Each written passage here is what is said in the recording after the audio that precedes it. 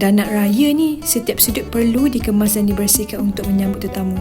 Perabot perlu dilap, lantai dimop dan pinggan mangkuk perlu dicuci. Persiapan ini penting untuk memastikan rumah selesa dan bersih sepanjang raya.